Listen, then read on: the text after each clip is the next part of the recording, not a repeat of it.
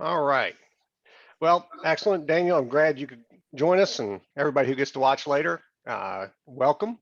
I really enjoy this opportunity to speak to the Virginia Water Well Association. You got to get all that together. I am a CPA here in Virginia. I have been with my firm, Harris, Hardy, and Johnstone now for almost 24 years. It'll hit 24 in January. I've been a partner for the last 9. Kind of grew up here. I grew up in Virginia. I grew up in Chesterfield through most of my life, and now live in the West End. Served in the military in the Army for 4 years right out of high school. Had to figure out what I was going to do with my life, and that really helped greatly. So that's a general piece for me. My practice is a lot of audit, along with what would be considered a reasonably sized tax practice. So I've got this approach both from the tax and the audit side. So what we're going to go over today is really just kind of an overview of project costing. The next presentation will go a little bit deeper into actually how to calculate those numbers, and then also a little bit into revenue recognition and how that applies to the project costing now when you have to present GAAP financial statements. So, went too far for me. And of course, our class is job costing, determine profitability, the first part with project costing. Now, the first big question is always going to be, why should I bother to track project costs? A lot of people are out there and you're working your jobs, you doing it day in, day out, and you kind of, know what you know. However, there's always some value into getting more data available to you to better understand, am I charging enough to cover my indirect costs and overhead?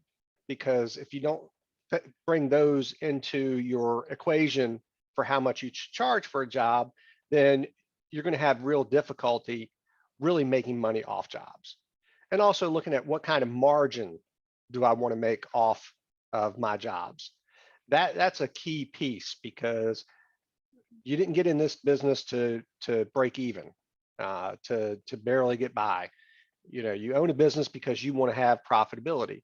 The first place you can start is to make sure that you know how much you need to charge for a job and how much that job's going to cost, so that you're fully aware of what your profit's going to be. Because for most folks, that is who are doing this are probably 1, 2, 3 owner operations, and that's real money. That's your money. So you want to make sure that you do your best to really bring that forward and benefit from that. So that's really kind of a quick and dirty way of understanding why this would be important.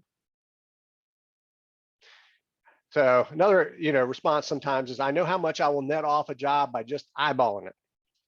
And that's something that can be done, but a lot of times you're going to get it wrong. That's where the experience comes in. The guy who can really eyeball it and gets away with it, they've gotten it wrong a lot in order to get it right. They've taken jobs that they're lost money on, that they didn't really think the whole thing through, because they were kind of eyeballing around where it is because it was a lot easier than to think about it. A lot of this comes from a lot of business owners. They work in their business less than they work on their business. It's not something that is specific to any industry. It's across the board. It is something that is very hard to do, to stop doing what you've done your whole life and bring on another skill set that helps you expand more, make more money. Project costings help you capture all your costs because you're thinking it through. And so you really get a look at, is this job going to make me money, or is this a job I'm taking and I'm going to make a little less on it, but there's a reason for it because it's going to bring other jobs. Or you may be willing that you're going to have several jobs right in a row. So your profitability percentage that you want to make, you can bring down a little bit because you've booked in several jobs. Well, this is nice because then you can, kind of get to know what you need to do to get to that point where you're still making a good amount of money off of jobs. Eyeballing greatly increases your chance of losing money on the jobs. As we go over the stuff, you kind of see the detail that goes into this. And when you eyeball, again, you're not necessarily thinking through all the different pieces. You may get stuck in that little well of, okay, well, I got several guys out here for this many days, so this is kind of what it's going to cost. And so you bid on that, but not realizing that there's a lot of more costs involved that are not on site.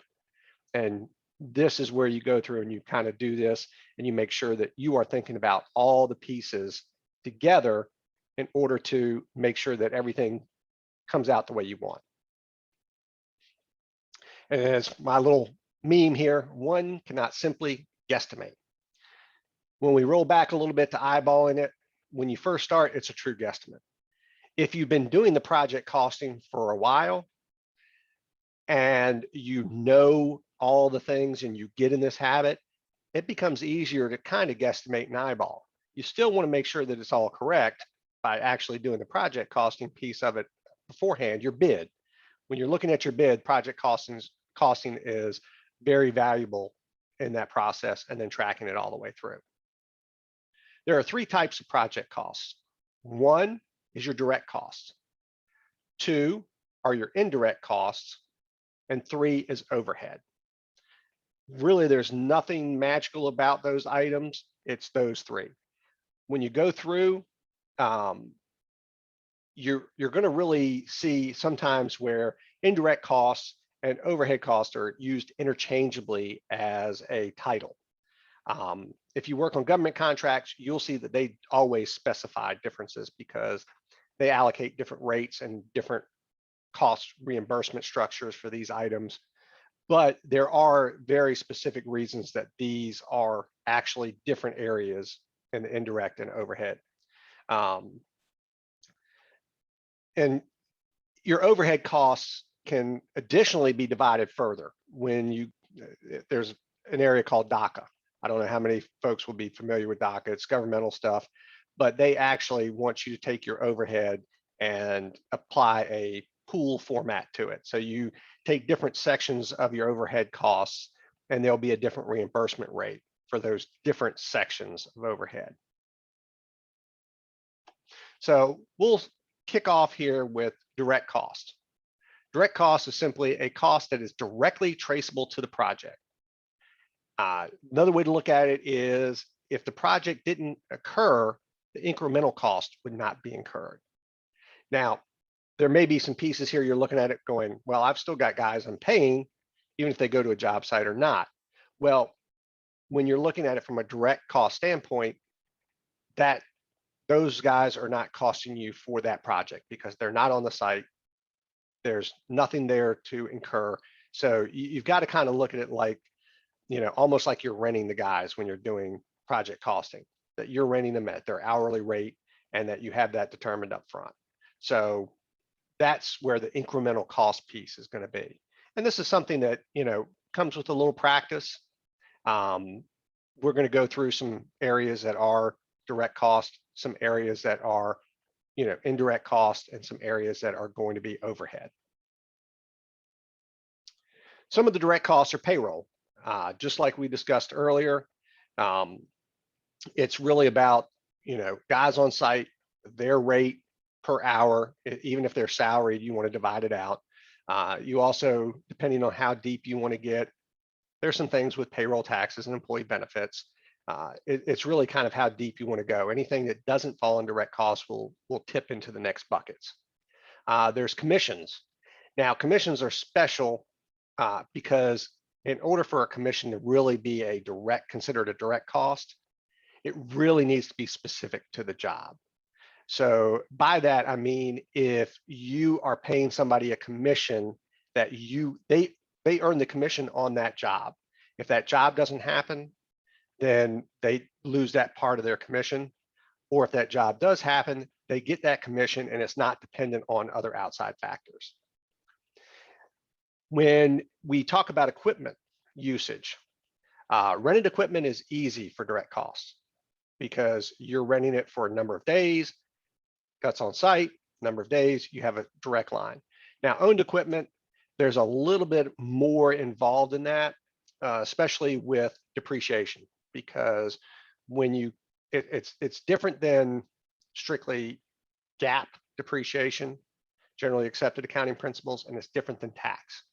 Tax depreciation, if you've got a good tax accountant, then they are going to try to maximize the amount of depreciation you can take on that equipment as early as possible to benefit you on your tax return. With financial statements, there's pretty segmented or directed ways of depreciating owned equipment. For job costing, you almost have to look a lot of this as an hourly charge. So you've got to kind of do some determination of, how long is this equipment, how many hours will we be able to use it? When it's on site, how many hours is it actually used? You can kind of divide that up and get a little bit less granular if you wish. The more granular that you break this down and more accurately you can track it, the better you can kind of allocate the usage of that equipment to your project. Some direct costs for geothermal. Magic Google gave me some information here. Drill rig, fuel for the rig, maintenance for the rig while it's on site. You really don't want to worry about it if it's something that you have to do, and even if it's off-site, but if it's maintenance that you need to do every time you use it on a site, then that would be something you would consider more of a direct cost. Labor for the rig. So with the guys, if you have a crew that is specific to setting up the rig and then they come off, again, that's kind of the hours on that. You have transport of the rig to the site, breakdown when it's no longer needed. These are all different labor pieces that could be involved with getting the rig done. That's, the moving of the equipment to the job site. There's equipment costs that go along with that, depending on the size of the equipment, what equipment it takes to get there. You also want to look at, is that equipment moved? Is the equipment needed? Can it only take it to that one site, and then it has to go back to get more equipment to take to a different site? If it's a piece of equipment where you're picking, or transportation equipment, where you're picking up equipment from the main site, your office site, where you store your equipment, and you're able to move to several different sites, you're going to want to kind of treat that more as an indirect cost than a direct cost, just simply because it becomes more difficult to pluck and pull that information, and it loses some of its valuableness versus the time taking. Materials for installation. This really comes down to if you're going to use that material on site and that material is going to be used up, it's not going to go anywhere else, it's not going to be able to be reused, then that's part of your direct costs. And site studies, if needed. If you need to do a site study on a area, determine if the geothermal well is feasible, then that would be something that is more in your direct costs, along with permits and zoning. Because if you're having to permit and zone a specific site for that purpose, those costs should be considered direct costs to that job. For like well water, one of our supplies would be submersible pump, well casing pipe. The drill is reusable, so it's kind of that same thing of the drill rig. What kind of depreciation do we want to take on it? How many hours do we need it out there? What's the hours of the life? Pressure tank, electrical supplies, again, permits and zonings. It's really a big focus on what things you're going to leave behind. What are items that you can't take to another site, you can't bring back, they're just going to be there. Those are direct costs. Under your payroll costs, you've got the wages for the site workers and supervisors. Time tracking can be done hours, days. If your jobs are normally full days, or if your guys get done 2 hours early for a job and then they're normally just let go for the rest of the day and still paid simply because maybe you booked 3 days and they did a better job of moving along and you want to reward them, then that's still going to be a direct cost. You can kind of use a percentage for the handling of employer taxes. So if you book in your wages and you take 8% of wages for your employer taxes, you can go all the way down into employee benefits. Normally employee benefits are going to be considered more indirect costs, but you can go as far as really allocating those in as direct costs. Some of those items are workers' compensation, and employee benefits include their retirement, health insurance, and all that. That's why normally that's an indirect cost, because it's a lot of work to get down to the details of this piece, and you don't really necessarily get an extra amount out of it. And then finally, contractors. Contractors are pretty easy to deal with because they're usually 1099 employees. You're paying them a specific amount to be out on the site. So those items are a good start for payroll costs to consider for your direct costs. Commissions, we discussed this earlier, they can be a direct cost or indirect, and it's very much driven around, does this one job have a direct impact on their commissions for a given period? Or is it part of a bigger picture that needs to be done in order to earn their commission? Here's some equipment usage. We kind of went over this a little bit earlier, but some additional pieces are, if a piece of equipment gets moved from site to site frequently, then probably better to handle it as an indirect cost. Kind of an example of that is what we went over earlier, where the truck that's carrying a bunch of supplies to several different sites without returning to the supply site is really better tracked as an indirect cost, because it's very difficult to go, okay, out of this 7 stops, I've got 30% of my equipment going to this one site, 10 going to this site, and it becomes, this is all time value of money. How much does this benefit me to my bottom line to track these things more specifically versus just getting lost in the weeds? So that's something really to consider. We went over kind of the depreciable piece of equipment. Is and one piece here is it a piece of equipment or a supply item? Again, that goes back to our decision on, not really decision, but just the facts that, is this a piece of supply that's going to be used up by the job, or is it something that's going to be reused, like a rig, like the drill for well water, where it's going to go over several sites, it's depreciable over time, that piece may last years and years. The pump, that's going to go into that well, that's going to be used for that well, it's not going to be used for any others, it's done, it's used up. And then, how to measure the amount to charge to the job, that is going to be, payroll is hours, equipment is hours, is the best way to consider it. That's where you can get a guesstimate where you're dividing 2,000 work hours by the 10 hours you have it on that site. So the cost of that equipment divided by 2,000 multiplied by 10, that's your job cost. It becomes a little tricky when you're not sure exactly how many hours, but usually you guys have figured out, this piece of equipment is probably going to give me 2,500 hours, 3,000 hours of function before I have to either get rid of it and get a new piece or do a major overhaul on it, a lot of maintenance.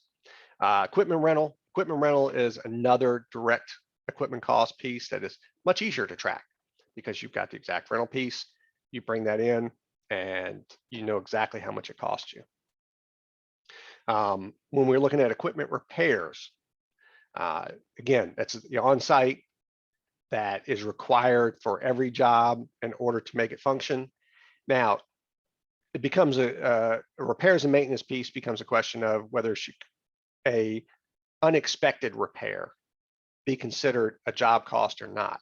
When you are trying to determine upfront what your job costs are so that you know what to bid, well, that may be a little more difficult to book in there. However, I would say on the back end, when you're trying to determine the profitability at that point, if you have an unexpected repair that was specifically related to that job, that you would keep that there. If it's maintenance that is purely routine that may be after every 5 jobs we do it, it moves out of the direct cost realm. Okay, our indirect costs. And these are costs that benefit projects but cannot be traced directly to individual projects.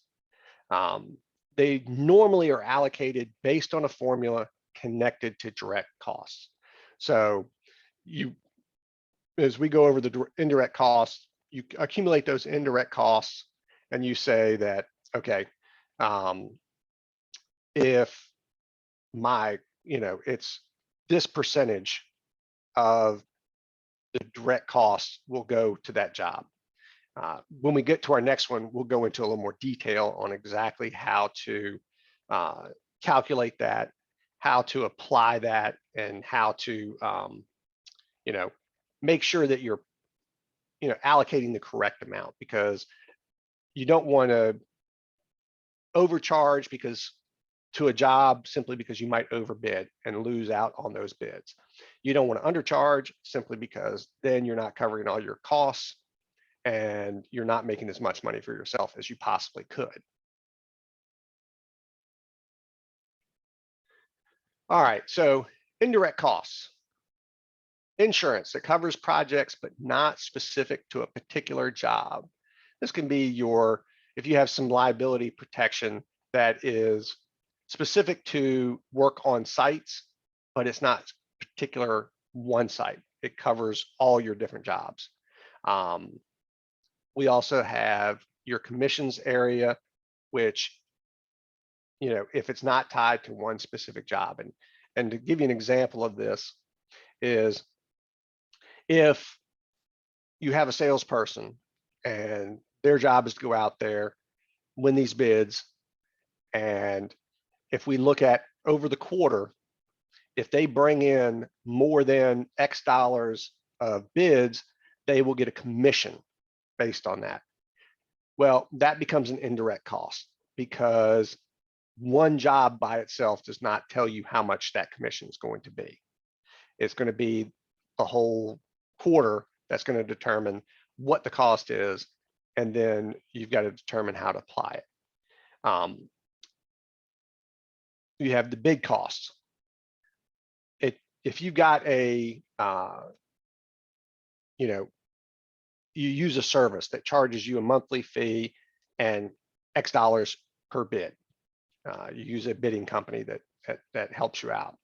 Well, it's probably easier to go ahead and calculate that and address it as an indirect cost overall, because usually, and you can even split it where the cost that's for that bid is a direct cost, but that monthly fee is really an indirect cost. It benefits all your projects, but not one specifically. If you have accounting staff performing project costing functions, where they're going in, maintaining the spreadsheets to track these project costs, are helping with the bid as a result of the piece and it's their job. That's going to be an indirect cost. We're going to cover some accounting staff pieces that really would be overhead versus indirect costs. Now, as we cull through the employee benefits, as we discussed earlier, you can move these into the direct cost if you want to or are able to track these in a way that makes it feasible and functional to allocate it as a direct cost.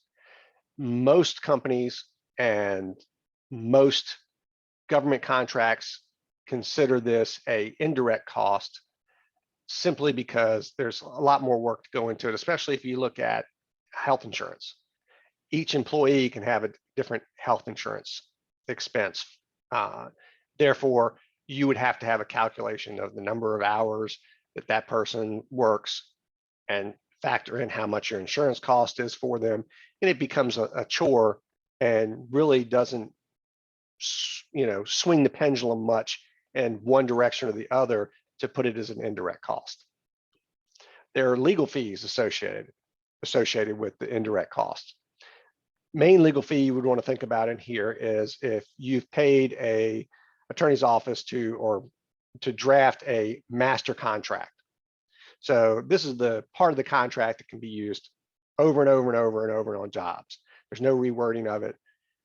There's a separate piece that deals directly with the bid legal items that would be specific to that job, but you have a master contract that covers everything so that you don't have to recreate the wheel every time.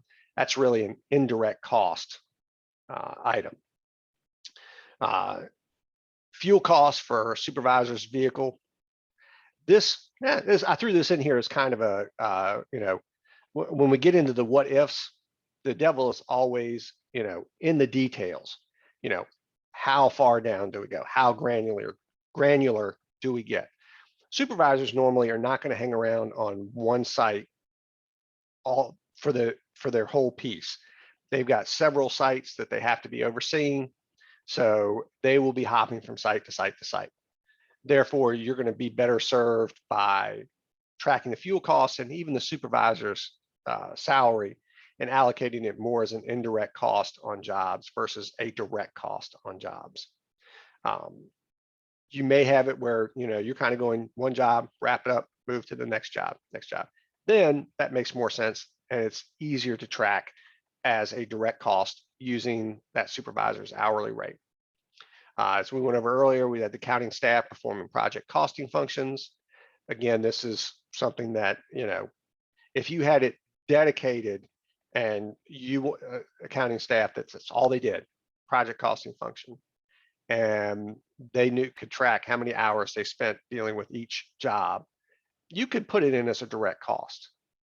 However, most companies are not going to have that. They're going to have their accounting staff who know that they generally spend X amount of their time dealing with the project costing side, and therefore that amount of total cost needs to go against projects, and then you come up with an allocation method that allows you to take that cost and apply it to individual projects as an indirect cost.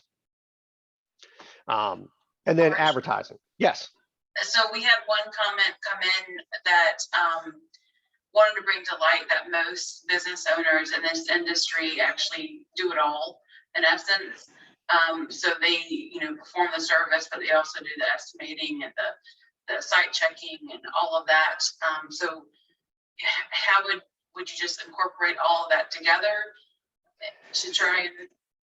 Depending on the structure of the business, and a lot of I imagine a lot of them are, independent contractors. Schedule C is where they report their income. It becomes a lot more difficult because you're the residual pocket. You're the pocket that you want to end the money up into.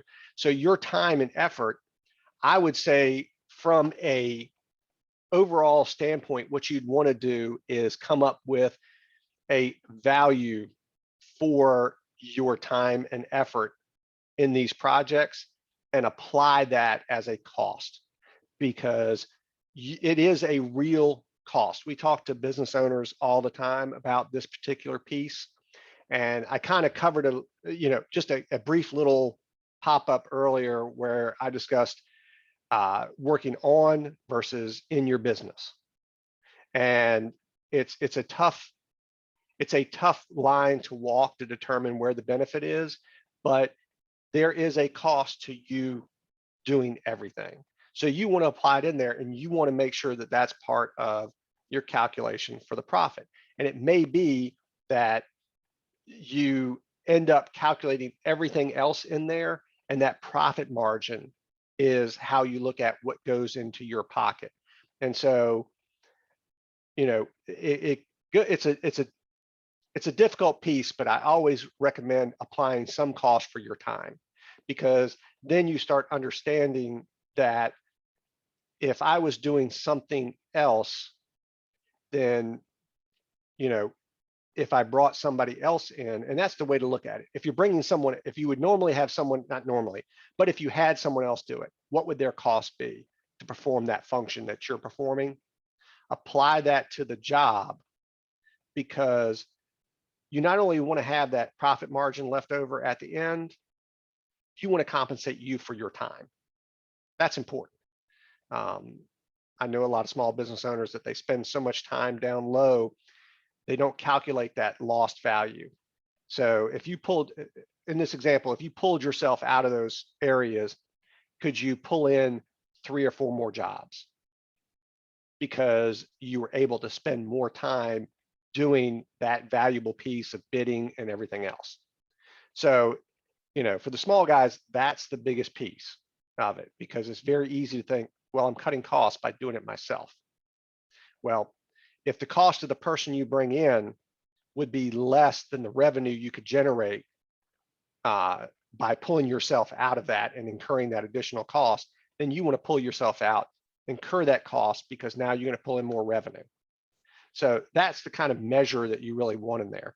And it could be that you're happy the size you are, you're doing exactly what you want to do, the projects are coming, it's not, wearing you out.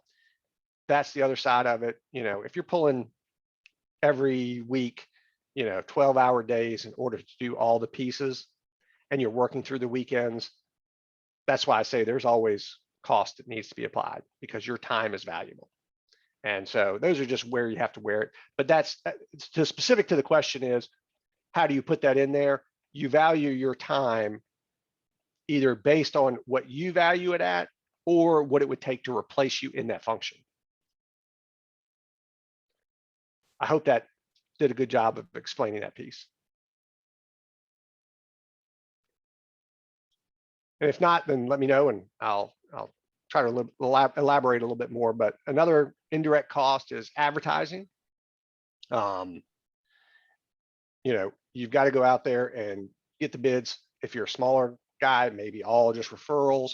But if you have a cost because you're, putting ads somewhere, there's trade magazine, there's somewhere that folks go that they're able to know that that's what you do, then that's an indirect cost, because it is something that generates these projects. Now we're going to slide into some overhead costs. And these are specifically costs that will be incurred regardless of the number of projects. This is very much a catch-all category. Pretty much, if it's not a direct or indirect cost, if we're not able to lump it into one of those pools, then it is overhead. Basically, if you've got an office, that's an example of something that is an indirect cost or overhead cost, because no matter whether you have 1, 2, 3, 40 jobs, that office is going to be there. So it really doesn't benefit the job. It's not in any way related to the jobs. It's an admin type function. Usually what you do is you apply based on a percentage of a total cost pool. And this is where I was discussing earlier, where you can have all your overhead items in one cost pool. That's the easiest way. Apply a percentage and move it up. When you're a small guy, we'll go over this when we're doing the calculating. I'll make a little differentiation between, the lowest level that you can use to have the least amount of time with the greatest benefit, and then also a little more detail for some of the bigger firms that might have more personnel. But I'll definitely, with the examples, do a considerable amount on, that I'm the guy, everything runs through me. I have to do the bids and everything else that will make it a little more functional for you. And then, usually this is going to be applied based on direct costs for a project as a percentage of the total direct costs. Basically, it's a very much a look back. When you're at the bid process, then what you've got to do is look at some of your historical pieces and say, okay, based on this, this is how much my overhead that I need to consider in this calculation. What this does is you learn on the back end by tracking these things and figuring out if you got it right. Once you're getting it right on a consistent basis, it helps a lot in the bid process to know, okay, I'm expecting this many hours, this, and now I can theoretically pull in what my overhead might be and everything else based on what I know has happened in the past. So that's where it pulls into the bidding side versus after the fact. A lot of this is based on calculating after the fact, but that's where you learn how to do it up front based on estimates. And, you know, a lot of the sole guys, like I said, that's years of experience when they can go in and go, okay, I know that this is going to take this many hours, it's going to be this many guys, this is going to be my cost. We just did a house remodel and I dealt with different contractors and they were very much eyeball guys. They came in, they looked at my painter came in and looked at my house, went through, you know, counted the number of rooms, looked at what he was going to have to do for moving, you know, furniture away from walls and things like that. Personally, I think in the end, I feel like he felt he maybe underbid the job a little bit, which is why I say that, you know, that eyeballing even with experience can sometimes get in the way because he didn't have a formal method of doing that bid of saying, okay, I've got 5 rooms. Looks like I'm going to have, you know, about 3 hours of time that's going to be needed to move furniture, and have been able to do a little bit more. But, you know, it's all about, you know, what you can do. This is just giving you some extra tools that maybe you can apply in a more direct fashion to help really increase the profitability. Some other office rent is an overhead cost, regular accounting and legal expenses, depreciation of office equipment, your general liability, insurance, utilities. These are all things that will fall in that overhead cost area. To kind of move into the, you know, pools of overhead, that's kind of determined where, you know, it's kind of a thought process. And I know I'm getting above probably most of my audience as far as what they truly need. But to cover those other areas here near the end is, you know, if you have a set of overhead that you can say, well, probably 10% of these expenses are something that would be allocated to the job. Then this other set of expenses, well, they may only be 5%. And then finally, you may have an area that's very low, or some expenses that you really don't feel like, you know, they're so true overhead that you want to pull those out and really not even allocate them to a job. That's where your profitability percentage comes in. What do I want to make off a job? So when you're looking at, you know, if my revenue, here's what I'm expecting my direct expenses, you can, and indirect, I would say that at a minimum, when you're doing this, you think of the revenue, what your direct and indirect expenses are, and come up with a percentage that you want to make to cover overhead and cover your actual net in your pocket piece. That's key. But even if you're looking at it and you're going, you know what, I know what my direct costs are, and so I need to make X percent to cover my indirect and my overhead. If you're doing it all, that's not a bad way to do it. The key is making sure that you have looked at that percentage piece and know that that really is accurate. And so, and it's going to make you what you want to make off the job. So doing a few jobs now and then through a whole process and looking at it and truing up what you need to have as your gross profit percentage, fee, bidding call, or bid price versus direct expenses is still very valuable to do on a periodic basis. To kind of cover, because I know we have a few minutes left here, to kind of cover some of the areas that are to be considered for where the value of getting more detail comes in. I don't know, and maybe Kristen, you can help me with this, is, what the acquisition market is for smaller well water firms, geothermal and residential, and to kind of address where that value would come in those circumstances. And what do you mean specifically in acquiring them? Yes, in other words, like for our industry right now, we have almost a crisis of talent retiring. And so, when I'm addressing this, a lot of it has to do with the more accurate your records and the more value you can show in your business, the more you can sell that business for.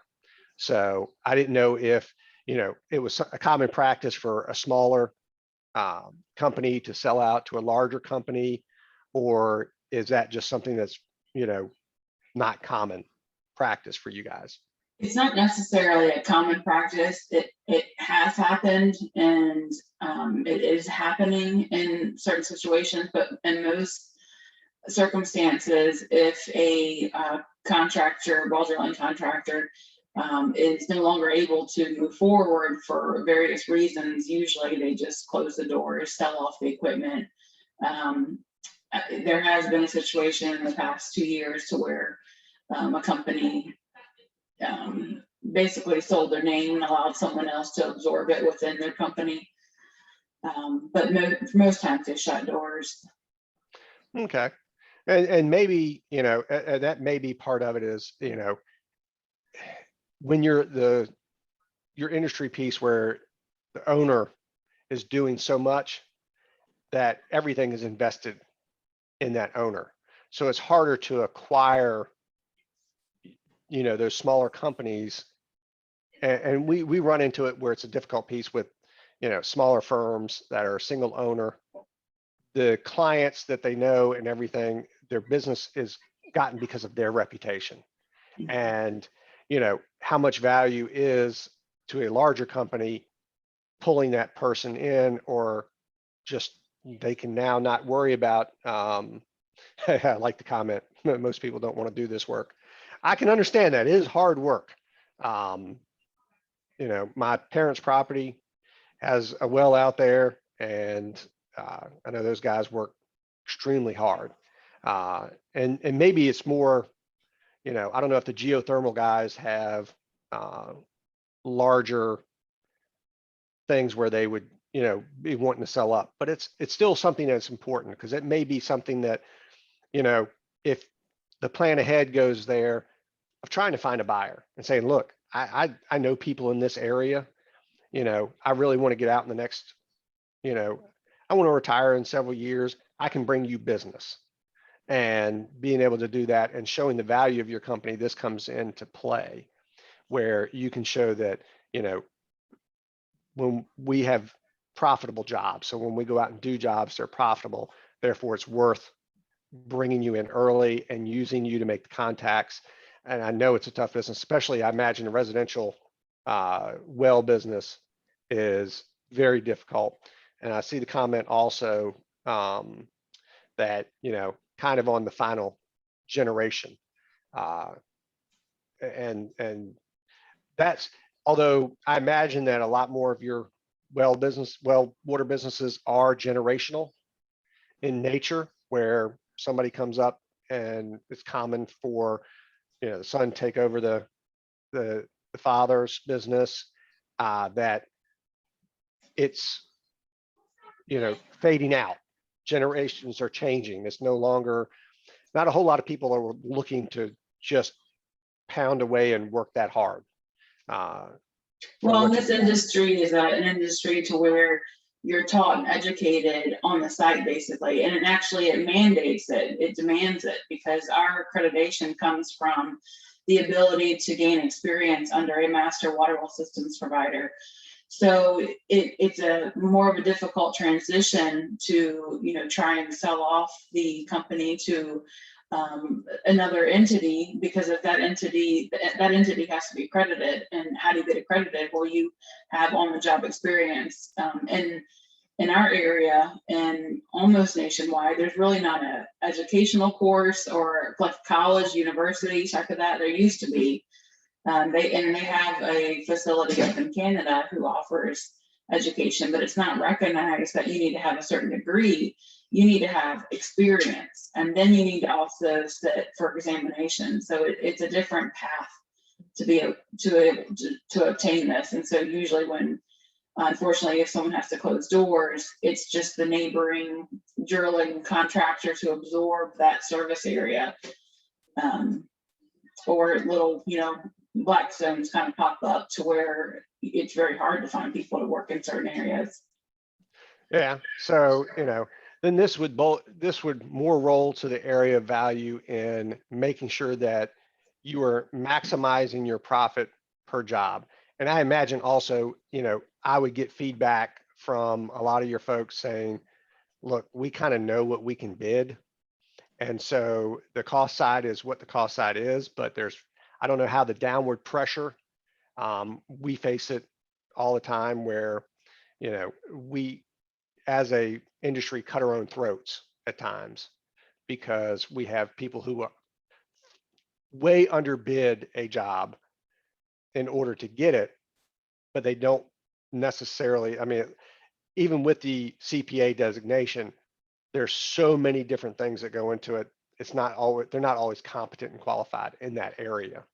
So I don't know if there's some downward bid pressure naturally in the industry, or if it's, because it makes it much more difficult, and tracking these things still become very valuable because you do know if you're making money or not, and you on a per job basis. So you can that's where the feeling gets in, where if you look at a job and you can tell it's going to be a hard job, and then if you bid what you normally bid, those costs that are going to go into it are going to really make it where you're walking away from that job and it's added 0 to a negative number to the bottom line. Is it worth even bidding that job? Let somebody else lose the money on it. So I don't know if, the industry itself has that particular problem of only being able to bid so high. Somewhat. Jackie, are you referring to that specifically in your comment when you're saying, yes, there's a lot of companies? Yeah, I saw in the comments just now, yes, there are a few companies in our area that do that a lot with quite a few exclamation points involved. And that is a difficult piece because it squashes some things. But that, again, that's where the one piece of value comes in with this is if you know you're going against that person, you're at least aware of, okay, this job is a loser if I take it, a complete loser.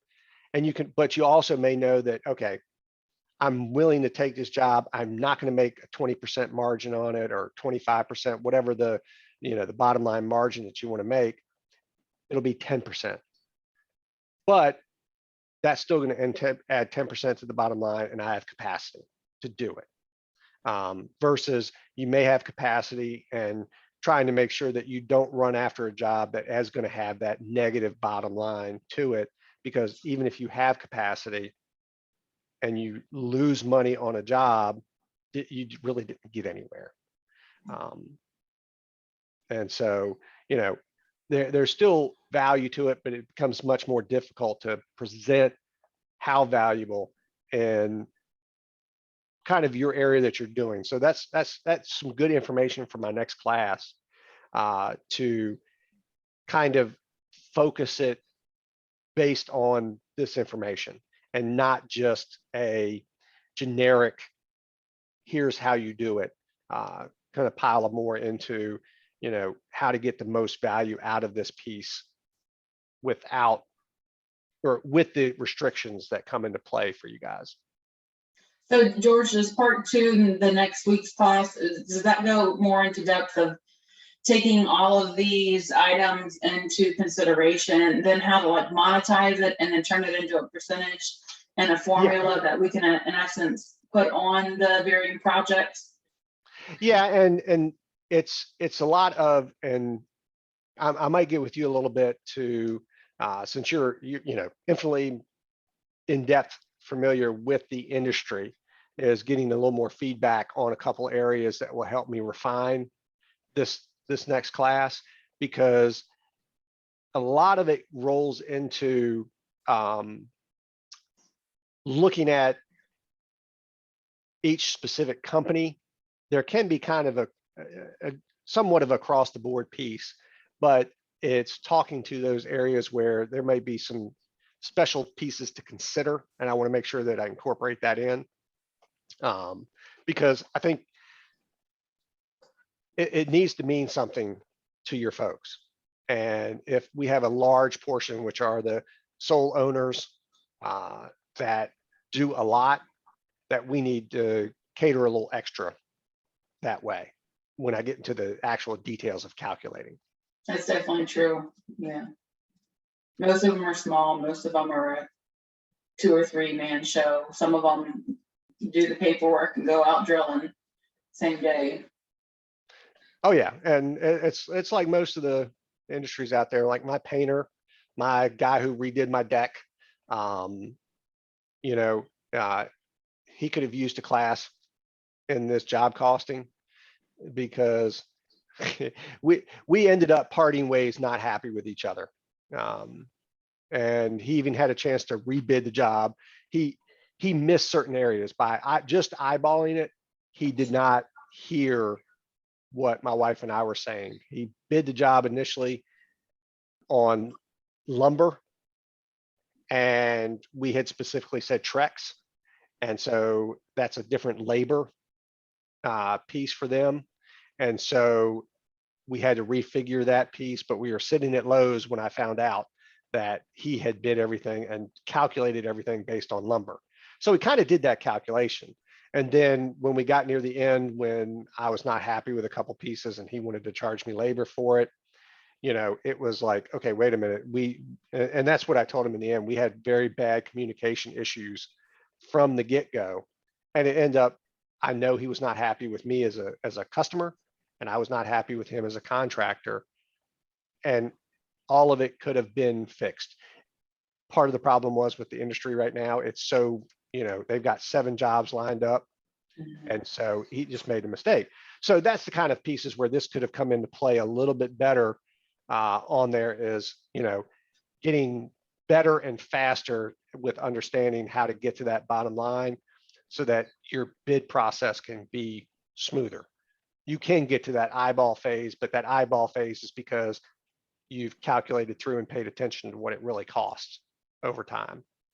Because even the best of them out there, it's really hard to say.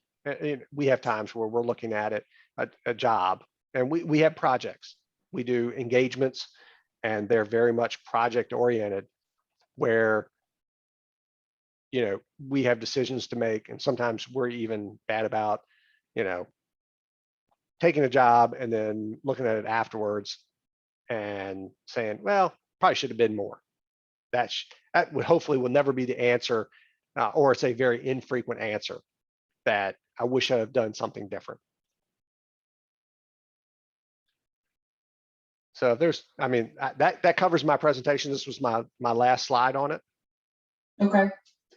Well, thank you. I appreciate it. Look forward to next week. All right, and I'll probably reach out to you. You in the office? Your office Friday? Mm-hmm. Actually, I will be traveling tomorrow, but I will be back in the office on Tuesday. Okay. All right. Yeah, I'll put something together, and then maybe we touch base Tuesday, and I can tweak it. But for specific little areas in there, or I might I might have time to reach out to you this afternoon. Got my scheduling meeting next, and then I've got to meet a client this afternoon. So it's kind of boom, boom, boom for me. But we'll definitely tie some stuff down, and this piece has given me better information to better customize the class for next week. Okay. And I'll be available by phone tomorrow afternoon, just probably not in the morning, not until probably noon, and then afternoon I'll be available. Okay, that's perfect, because I'm first thing in the morning, I'm having to run up to Arlington and back. So I'll be driving at that time. So the afternoon is more free. All right. Well, thank you, Okay. George. Thank you, Jackie and Shirley Weldrillen and Daniel, all those that participated, and we look forward to next week. Excellent. Thank you, guys.